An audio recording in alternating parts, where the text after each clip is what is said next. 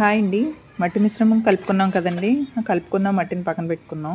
ఇప్పుడు పెద్ద గ్రో బ్యాగ్‌లో మనం మొక్కను ఎలా వేయాలో చూద్దామండి. నేను ముందుగా ఇలా హోల్స్ చేసుకున్నాను. దీనికి ఆల్రెడీ సైడ్స్ ఇస్తాడండి హోల్స్.